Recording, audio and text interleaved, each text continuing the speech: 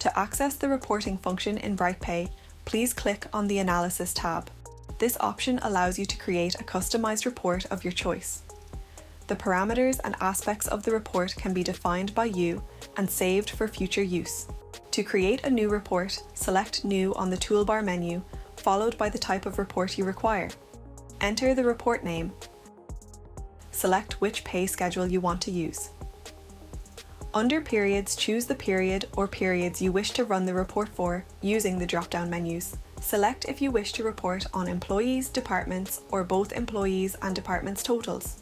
Now indicate any of the further options you wish to include on the report. Under the Employee section, select the employees you wish to include in the report by clicking the Add or Remove Employees option at the bottom. When you have made your selection, select OK. Alternatively, click on the Edit option button while hovering over the employee's name for further selection options.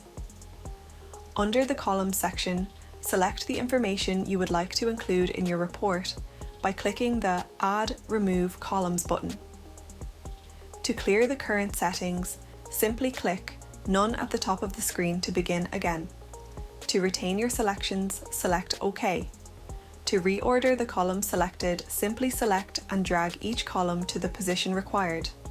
More ordering options can be found by clicking on the Edit button while hovering over a particular column name. Once you have chosen your report parameters, click Run Report to view. You can now save this report as a template by selecting Save as Template.